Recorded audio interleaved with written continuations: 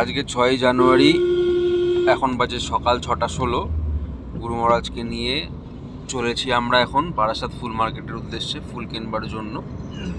তো বেরিয়ে বুঝতে পারলাম রাস্তার অবস্থা কি। রাস্তায় একদমই সবাই ঘুমাচ্ছেন এখন, কিন্তু রাস্তায় বেশ কুয়াশা, মানে ভিজিবিলিটি প্রায় 0 বললেই চলে।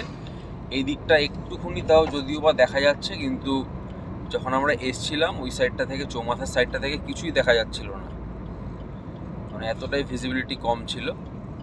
এখন আমরা বেরোচ্ছি কলোনি মোড়, আমরা প্রায় চলে এসেছি। এখন দেবী মায়ের জন্য সকালবেলায় ফুল নিয়ে, ফ্রেশ ফুলগুলো নিয়ে এখন মন্দিরে যাওয়া হবে, গিয়ে দেবীকে সাজানোর ব্যাপার আছে। আর সমস্ত ভক্তবৃন্দরা এখনও মনে হয় অনেকে ওঠেননি, বা যারা উঠেছেন সকালবেলা সবার জন্যই শুভকামনা রইল। সবাই ভালো থাকবেন, সুস্থ থাকবেন। জয় মা বচনকালী। আর আপনারা যারা আসতে চান মন্দিরে, তারা স্ক্রিনে দেওয়া নম্বরে ফোন করে যে কোনো একদিন চলে আসতে পারেন মায়ের মাতৃদর্শন করতে। এটা নিঃশুল্ক, এক্ষেত্রে কোনো আপনাদের শুল্ক দেওয়ার প্রয়োজন নেই। কিন্তু হ্যাঁ, মায়ের জন্য একটা প্রণামী লাগে, আপনারা সেটা আপনার সাধ্যমতো প্রণামী মাকে আপনারা প্রদান করবেন। জয় মা বচনকালী।